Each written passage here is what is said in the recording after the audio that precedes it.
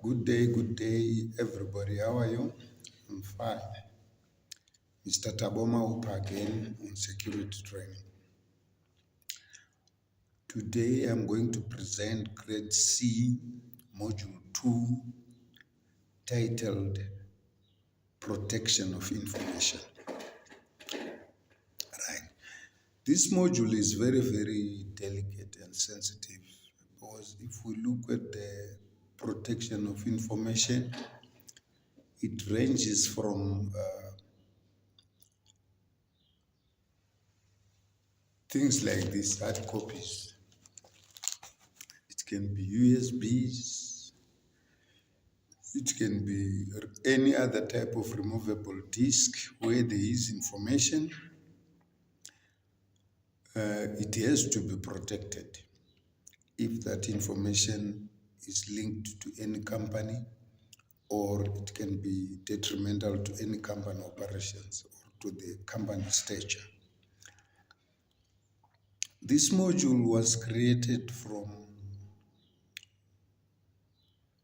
the definition of security. Just want to take you back a little bit so that you can relate to where we are now. If you remember at grade E, after the introduction of my channel, I actually went on to give you the definition of security. I insisted because the definition actually says a lot about the subject matter of the content that is in the security studies. Right. Let me just repeat the definition again. Then we will all see the attachment of the module 2 in grade C, which is called protection of information.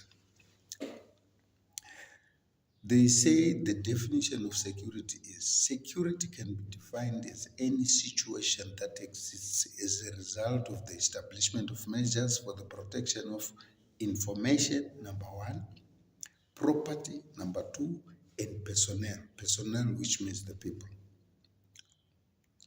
against hostile persons, influences, and actions. That is the definition of security. Right. You hear it is a situation that exists as a result of the establishment of measures for the protection of, number one, information. Let's leave the definition of security. I'm sure you can now see where all this is going. Then we went into grade E. Grade E, module 4, which is titled The Role and Function of Security. Information also comes in there. When there is open saying the security function has been divided into 3 categories. Number one, security of information. Number two, security of material, assets and equipment, which is still property. Number 3, security of personnel. Those are the categories of the security function, which it has been divided into. Number one, security of information. There is information also appearing there. Right. That's the opening. After the opening, then we go to the aims of security. Still under module 4, grade E, the role and function of security. We go into the aims of security. Number one, sabotage must not take place. Number 2, terrorist action must not succeed. 3, propaganda action of the enemy, subversion, it must also not succeed. Number 4, classified information must not fall into the wrong hands. That is aim number 4. Number 5, prevent enemy action from breaking through the security system. Number 6, facilitate investigation through the police. Number 7, make all concerned security cautious. So we're gonna focus on aim number 4, which says classified information must not fall into the wrong hands. This is what brings us now to module 2, grade C. Information, it's a very, very complex issue because it can make or destroy a company. All these companies you see running on a day-to-day basis, they are based on information that they have, which enables the company to continue with operations. So information can actually make a company and can actually break a company down to liquidation if information is not well protected and well taken care of. Right. The protection of information, I just want to give you examples, typical examples. I think I'm going to give you two typical examples of how essential information is on the day-to-day running of a company. I take the first instance, Coca-Cola, soda. Is there any drink that tastes like Coca-Cola? No, it's not there. You can travel all over the world. You can't get a drink which tastes exactly like Coca-Cola with falling under another brand or another name. Because the secret soda has been protected since day one. That is the power of protection of information. That soda, nobody knows about it. I think it was only two guys, the founders, who knew the secret soda, and nobody else. They never gave out that information. That is where the success of Coca-Cola stems from. That's why even if it's Sprite or it's all the other products which are produced by Amalgamated Beverages Association, which is Coca-Cola, still they use the logo, which is red in color, and then the words Coca-Cola are written. Even their cases, the crates where they put the Coke, they are all red. It can be stony inside, it can be raspberry, strawberry, whatever, any drink from Coca-Cola, but still the crates have got the brand, which is red in color, and then it's written Coca-Cola in white. That is the power of classified information. It built Coca-Cola from day one until today. I'm not sure how many decades. I never researched about it, but it has been there because of that secret soda. That's the first example. I give you example number two, KFC. You know how nice it is. I mean, KFC fried chicken, they call it Kentucky Fried Chicken. That old man, he started the business, I think around in his 60s, somewhere there. He discovered a secret spice, which is the one he's using for KFC chicken. Right. It's actually mouth-watering. Right. That secret spice is guaranteed the success of KFC for decades now, because nobody knows that secret spice. Even the workers who work inside KFC, they don't know the secret spice. They work with it every day. It comes prepared, fully done. Nothing is going to be added. Nothing is going to be subtracted. That is the power of that secret spice. That is the power of KFC. That's the power of the protection of information. Because can you imagine if you had told these workers, when they train them how to make that chicken, then you say, I mixed this and this. The people will no more be working there. They just go and do the mixture at home and then start opening their own KFCs, going just like that. That's the power of protected information. Right. I've given you two examples. I think now the ice is broken. You know now what I'm talking about. Right. Information as it may be, it can be damaged, or it can be destroyed, or it can be stolen, or it can end up in the wrong hands. Right. Before I go into the factors detrimental to classified information or the things that can jeopardize information, let me start with the aim of this model. The aim of this module is to ensure that security officers know how to safeguard information in the proper way so that it doesn't get lost. Because, like I said, information can make or break a company. So the protection of it guarantees the company's success and continuity. If it's stolen, then it means it's going to affect the company a lot. It can be used as a sabotage, and then the company will not be getting the profits they're supposed to get because somebody got their secret. Right. So that is the aim of this module, just to ensure that members of the security force know how to safeguard information and protect it from adversaries or criminals alike. Right.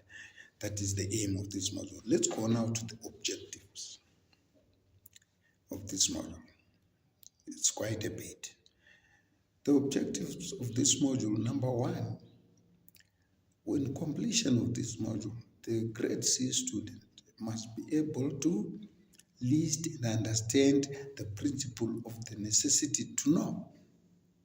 We're going to go about that when we come to document security as well as personnel security. Right. Must list 7 examples of where careless talking occurs, because careless talking is also one of the things that spreads information through open sources. Number 3, you must list the causes, 5 causes, there are about 7 or 8, 5 causes of bad key control. Because when we finish work, we lock our offices. So key control is a very, very important factor in the protection of information. You must also be able to list at least 5 dangers of bad key control. 5 causes of bad key control, and then the 5 dangers of bad key control. What can happen if the key control is not intact? Then you must also know the factors that influence personal security. Because personal security is about the individual's securedness, that he won't be able to sell the information. And then, lastly, you must know the dangers arising out of weak personal security. Those are the aims of this module. Right. Company authorities, they protect information because they know that information can make a company suffer if it falls into the wrong hands. Hence, they put measures in place as well as security personnel to look after that information so that they won't lose the information which is so valuable to the company. As I said earlier, that there are certain things which are a threat to confidential information or factors that are detrimental to confidential information. Here they are. Number 1, espionage. What is espionage? Theft of information in whatever form, shape, or size. Number 2, open sources. What is open sources? I give you a typical example. If people working in KFC, they knew the recipe, they would have spread it to their friends and family already. That is open sources. Where careless talking happens, you know, I know this recipe, we use it at work, I can give you for your child's party. And you understand? That is what we call open sources. Employees communicating with non-employees, giving out classified information. Then number 3 is negligence. Negligence is what we do, like I leave these files like this and this classroom is not locked. Anybody can walk in and grab whatever he wants and move, but because we trust each other in our work environment, we just leave it like that. That is negligence, just leaving things uncared for, things unprotected, unsecured. Anybody can gain access. That is number 3, negligence, caused by carelessness. Right. Number 4 is damage. How damage? Damage can come in the form of a natural disaster. You are staying in the coastal area, you go to work in the morning, the house is there, then there is a hurricane. in the evening when you come, the house is not there, all your belongings that were in it. Who do you blame? You can't blame anything, anybody or anything, because why? It's a natural disaster. Something that we don't have control over. Right. The second instance of damage, let's say the information is in the offices and the offices catch fire and we fail to extinguish the fire. It burns everything inside the office. That is what we call damage. Example number 2. So those are what we call the 4 threats to confidential information or important information, or the 4 factors detrimental to classified information. Number 1, espionage. 2, open sources. 3, negligence. 4, damage. That's where your first question comes under this module, protection of information, module 2, grade C. It says, list 4 factors detrimental to classified information. That's the question. It's carrying 4 marks. Number 1, espionage. 2, open sources. 3, negligence. 4, damage. We are done. Those are the 4 threats to confidential information. Right. Protection of information has been categorized into 4 categories. Number 1, we've got document security. What are documents? All this, it can be stored in a USB or any removable disk or saved into the system. We're talking about files. That is document security. That is category number 1. Category number 2, office security, which means the offices themselves must be under lock and key. We can even install alarms if if need be. We can also put lighting, we put guards, we put dogs, because we want to protect the information that is inside the offices. So that is category number 2, office security. Category number 3, personnel security. That is security of the staff, ensuring that they don't steal classified information. They don't do careless talking wherever they hang out in the public domain, because it will be detrimental and it can jeopardize the company. Then number 4, personal security, which means individually, each and every worker. We must also make sure that that person is secured. He won't be tempted to sell out the information that we so value. Those are the categories of information protection. There is your question 2. It comes saying also for 4 marks. List 4 categories of information protection. Number 1, document security. 2, office security. 3, personnel security. 4, personal security. All right. Let's go now to the principles of handling documents. Document handling is very complicated, because even copies you are not allowed to make randomly. We must know who gave permission and date he gave permission, number of copies to be made, the reasons why those copies are made, as well as the destruction of the documents when it's done with whatever purpose they wanted it to serve. Right. So document security, it's very sensitive to such an extent that it's got principles that have been laid down, which must be followed by people who are working with classified information or sensitive material in terms of information. Number 1, they need to know. That is principle number 1 under handling of documents. Does that person have the authority or permission to know the contents of those documents? Is he using that to perform his tasks efficiently before the documents can be given to that person? There must be the need to know principle. I give you, for example, my work. I work with documents. The documents I work with are work related. So I have the need to know, so that even now as I'm doing the videos, I'm not looking in the book because I've been reading on my own, you understand, making research before I actually present. So that is the need to know. Anybody who doesn't have any need to know the documents must not have any knowledge about the documents. Then principle number 2, the need to keep.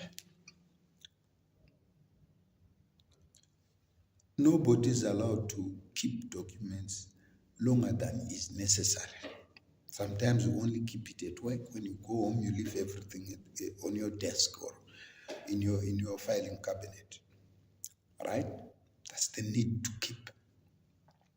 Number 3, the need to access, that is possession. You have access and then you actually possess it.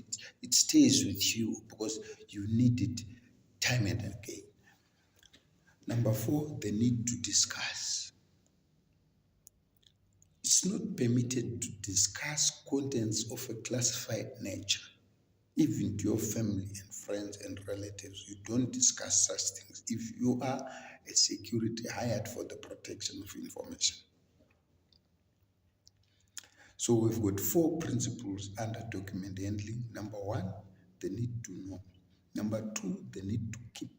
Number 3, the need to access or possession.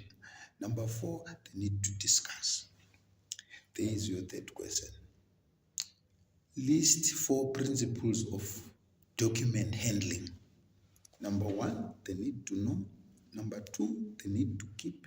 Number 3, the need to access or possession. Number 4, the need to discuss. All right. Let's come now to places where careless talking can occur. You remember the objectives, they said you must be able to list 7 places where careless talking can occur. Careless talking can occur in the following places. Number 1, it can occur at a train station on the platform because you take long before the train comes and you start talking nonsense. And you start now giving out classified information, the one we call open sources. Number 2, it can be a bus stop. Usually people talk about a lot of things waiting for the bus. 3, it can be a party, a kids' party or adults' party. People talk a lot of things during those events. Number 4, it can be a club or a restaurant. 5, it can be a shebeen in the location there, right? Public meeting. So those are the places that you can find careless talking occurring there because people are intermingling with each other, they are socializing, and then at the end of the day, boom, the subject matter from the work pops up, and then that's where you get even people who want the information and they trick you to tell them more and more, and you're actually selling out the company. You have given out the classified information. That's why even cash in transit cars are robbed because some people talk and then crooks follow up and then they end up creating an operation. Right. So those are the places where careless talking can occur. The question says list 5 places where careless talking can occur. Train stations, bus stops, malls, restaurants, beans, parties, hotels, public meetings, you just list any 5 out of them. All right. Still under care and handling of documents, we still dealing with document security. There are other things that happen, like when you want to duplicate documents. You don't just duplicate classified information without permission. The manager or the head official who controls the information must know. Such an extent that when you duplicate documents, you must give them who gave the order, who told you to duplicate the documents, how many copies were made, and then what date was it, and then the reason for the copies, and the grading step must also be there. Right. Then now we come to the receiving and dispatching of documents. Classified documents coming into the company and classified documents going out of the company. There must be a register for such documents. When you receive, you actually put it down to say, I received such documents on such a date. There is a register for such classified documents. Both in and outgoing, incoming and outgoing, there is a register. Nothing must be received which is of a classified nature and is not in the register. That's not how it works. You record all the information about the incoming classified documents and the outgoing classified documents for reference. Right. Then after, when the documents are, if you make copies, and then destruction of documents, they can only be destroyed in the presence of security personnel, either by way of pulping or shredding or burning. Those are the three ways how they destroy classified documents. Right, we're done with the first category of information protection, which is document security. Let's go now to office security. Offices, those are the places where a lot of documentation or information is stored, and they need to be critically secured. Because if anyone gain access in there, damage can be done. The keys of the offices must not lie around, because people are likely to make duplicates. All right? They make impressions of the key, either using soap or clay or all those tricks, criminal tricks. So there must be what we call key control.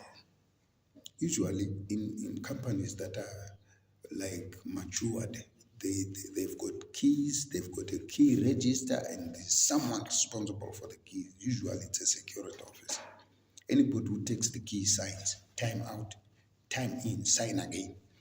That is what we call key control. But if you go to some other amateur companies, you find there is a rack near the door. The keys are written, kitchen, storeroom, what. That's where now access of the keys can end up into the wrong hands, because there is no control. So key control is very, very important, so that we lock our documents safely in the offices or in safes or strong rooms. All right. About key control, as it is named, do not give keys to the cleaners or contractors. No, never do that, because you never know, they can be working with the adversary. Keys must only be kept by the responsible people for that department or for that office. Right. We've got what we call causes of bad key control. What causes bad key control? Right. Number one, we've got poor supervision. If the supervisor is not top-notch, then he won't know what is happening with the keys. Number two, laziness on the part of the user. Number three, the supposition that I've been working in this office for 20 years, there's nothing important here, nothing is going to get lost. That attitude, it's like a presupposition. You leave negligently the office open and information end up in the wrong hands because they've got access. All right. Then we've got failure to follow or to adhere to security regulations. It's also a cause of bad key control. All right. And then we've got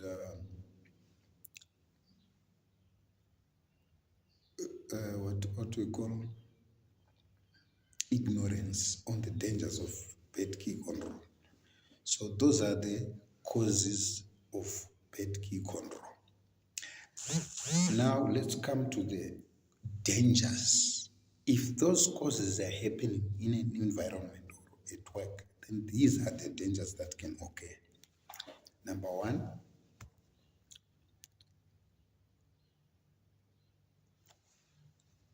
unauthorized access to contents of the documents can happen, right? Number two, theft of documents can occur also if there's causes of bad key control. Number three, bombs may be planted.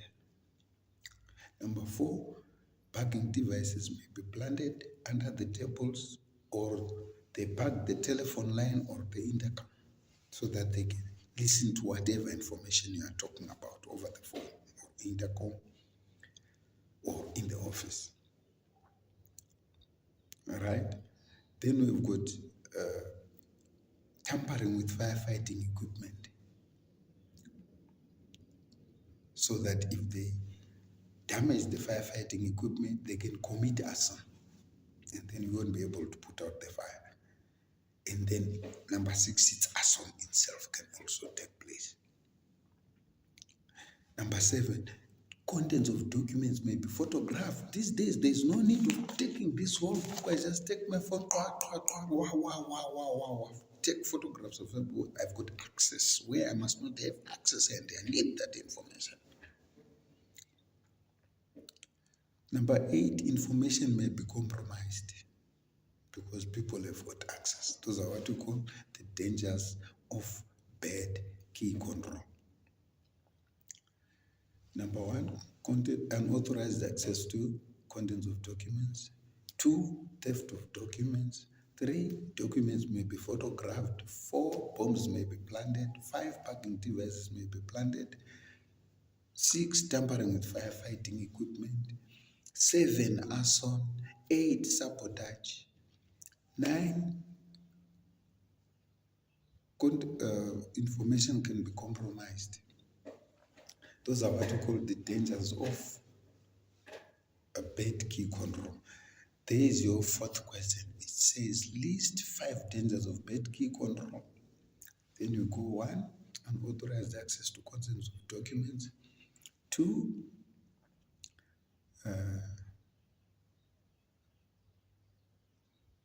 documents, maybe theft of documents or any other objects may occur. 3, documents may be photographed. 4, bombs may be planted. 5, bugging devices may be planted.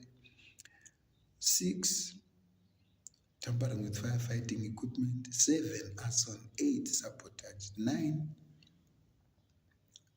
information can be compromised.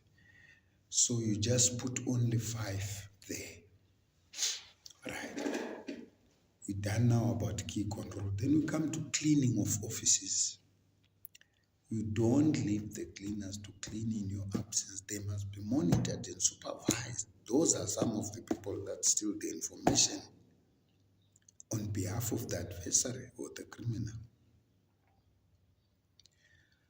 So never underestimate the cleaners as well as the contractors. Do not give them access because they want to repair something there or they want to clean the office. You must be there. They must be supervised and monitored.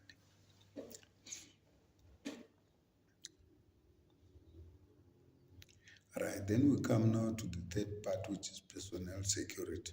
Office security, we are done. The third category, which is personnel security. This is now most of the influence to steal information is among the workers. The adversary which is the enemy or the criminal, uses some methods such as creating dissatisfaction among employees, creating suspicion, trying to gain sympathy of the employees, like what he's doing is right, trying to create confusion and dissatisfaction among employees so that they can go against their employer or their department or their company. All these are the ways of the adversary trying to turn the loyal employees against their boss because they are after the information which the boss have so that they can jeopardize the entity. All right.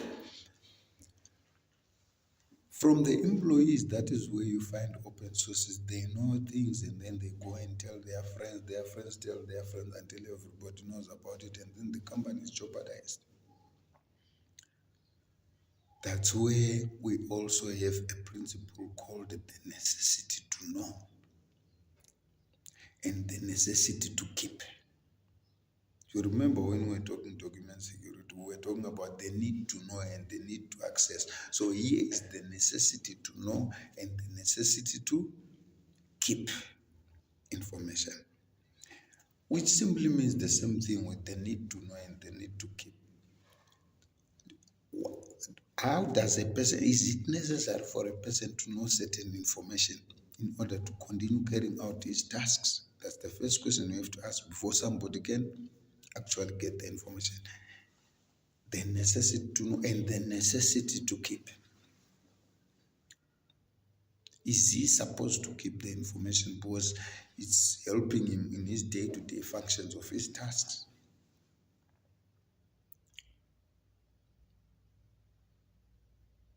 Those two questions are under personnel. Anyone within the personnel. Personnel means staff, by the way. Does that person have the necessity to know and the necessity to keep the information? Those are the two things that we must know before we actually give the person the information in order to carry out these tasks. And he must not be given more information than he needs only to complete the task that is required. That's how it works. That is under personnel security.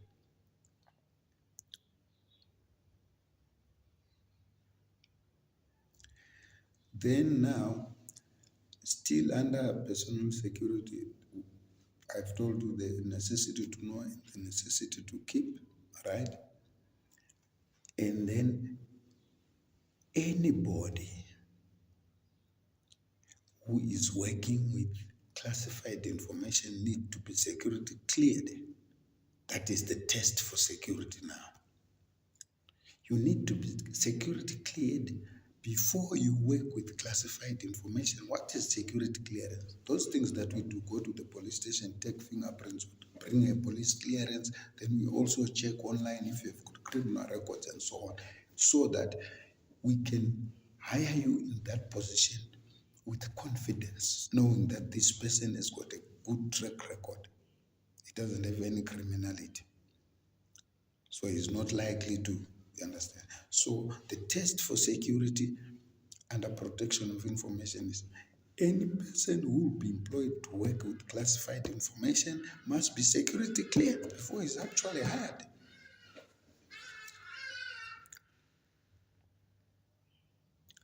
So you need a police clearance, which shows you don't have a criminal record, you are a clean, good person, then you can be appointed to that position to work with the classified information.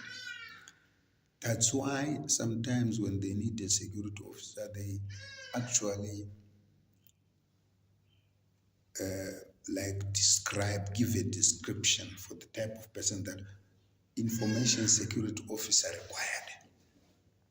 Then you know you are going through security clearance. You don't just get hired. Just like if you've got a firearm competence, you also go through security clearance, which is a police clearance to say you are fit to work with a firearm. You don't have a violent history or abusive history, so you are somebody who is deemed safe to possess a firearm. All right. That is the test for security. Anybody who is going to be working with classified information must be security cleared first before they actually hire that person. Then offices and conference centers. You know the saying that they say, walls have ears. Do not always shout when you are talking about classified information. You think the office is locked, maybe somebody standing on the door. There are some people who've got high-pitched voices. Do not shout when you talk about classified information, because the saying says walls have ears. It's not walls, there's people who snoop because they want that information. So they actually put the ear on the door or on the window, and you are shouting, they're presenting whatever you're presenting concerning classified information. Then they pick up whatever you just said. So you must tone down your volume because they say walls have ears. Then lastly, trust. The principle of security has been there from day one. Never trust anybody, even your family. Right, we're done now about personal security. Let's go now to personal security, that is each individual security. That this doesn't concern only security officers, police officers, officials, representatives, executives. It involves the whole spectrum of society, starting from the president to the child at school. Personal security, which means individually. How safe are you? Right. We've got what they call factors that can affect personal security. I don't want to sell this company information because some people are doing it, workers. They sell company information to those who need it and get some money. They become corrupt.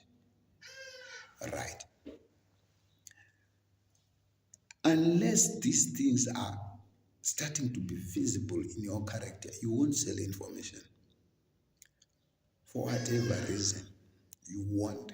But if these things, the following, which are the factors affecting personal security, start to show in your character, you can actually sell the information, which is number one, habits, which is your way of doing things. We've got patterns, we've got interests, we've got responsibilities inside and outside the house, we've got gambling, we've got promiscuity, we've got debt. What else? It's a lot. Those are the factors that if they start to show in your character, you are likely to sell the information. So those are what we call the factors that can affect personal security. There is your question under personal security. List 5 factors that can influence personal security. It was said on the objectives, you must be able to list the factors that can affect personal security, which is number 1, habits, 2, patterns, 3, interests, 4, responsibilities inside and outside the house, 5, promiscuity, 6, gambling, 7, debt, 8, what else is there? I think they want 5. Because we've got things like debt, we've got unreliability, things like that. Slender, somebody who doesn't have a straight way of life. Those are the things that we call the factors that affect personal security. Right. Under personal security, this is what happens. The adversary or the enemy, he can come out with tricks. He can bribe you. Okay, before that, let's go to aspects that require special attention. After you have those factors that affect your personal security, then you start to have weaknesses. Right. So what can cause the weaknesses? Those are the aspects requiring special attention. We've got things like friends, contacts, confidence, curiosity, inferiority, superiority,